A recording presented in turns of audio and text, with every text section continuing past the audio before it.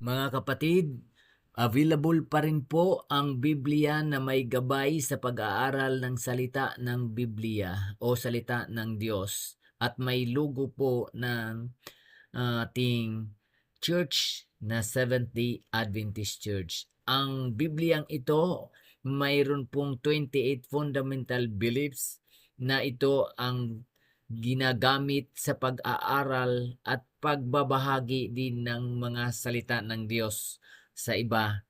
At ang mga topic na nandito sa loob ng Bible na ito ay piling-pili at gayon din naman ang laman po nito mula sa Old and New Testament. Ayan po ang mga 28 fundamental beliefs na inyo pong nakikita at masusumpungan sa loob ng Bible na ito.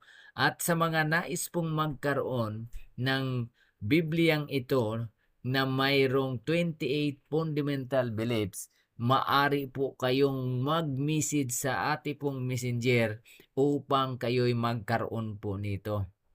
Ito po ay mabilis din pong maubos dahil sa gusto ng maraming mga kapatid ang ganitong klasing Biblia na mayroong pong gabay sa pag-aaral ng salita ng ating pong mahal na Diyos. Ang 28 fundamental beliefs po ang siya pong ating pong laging gabay sa pagtuklas ng liwanag ng katotohanan.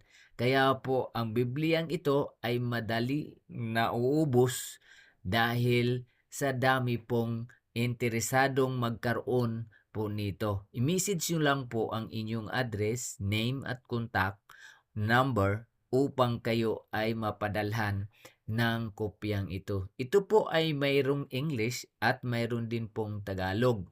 Pero sa isang Biblia, hindi po pinagsama ang English at Tagalog kundi Tagalog lang, tapos kung gustong English, another naman na Biblia din po yun. Hindi pinagsama ang English, Tagalog. Hindi po katulad ng ibang Bible na pinagsama ang English at Tagalog. Ito ay dahilan sa mayroong kasamang 28 fundamental beliefs, hindi na po ito nilagyan ng English. So kung gusto nyong Tagalog, Tagalog lang din at kung gusto naman English ay English lang din po. Kaya sa mga nagnanais, message lang po kayo sa ating pong messenger. Maraming salamat po at God bless sa inyong lahat.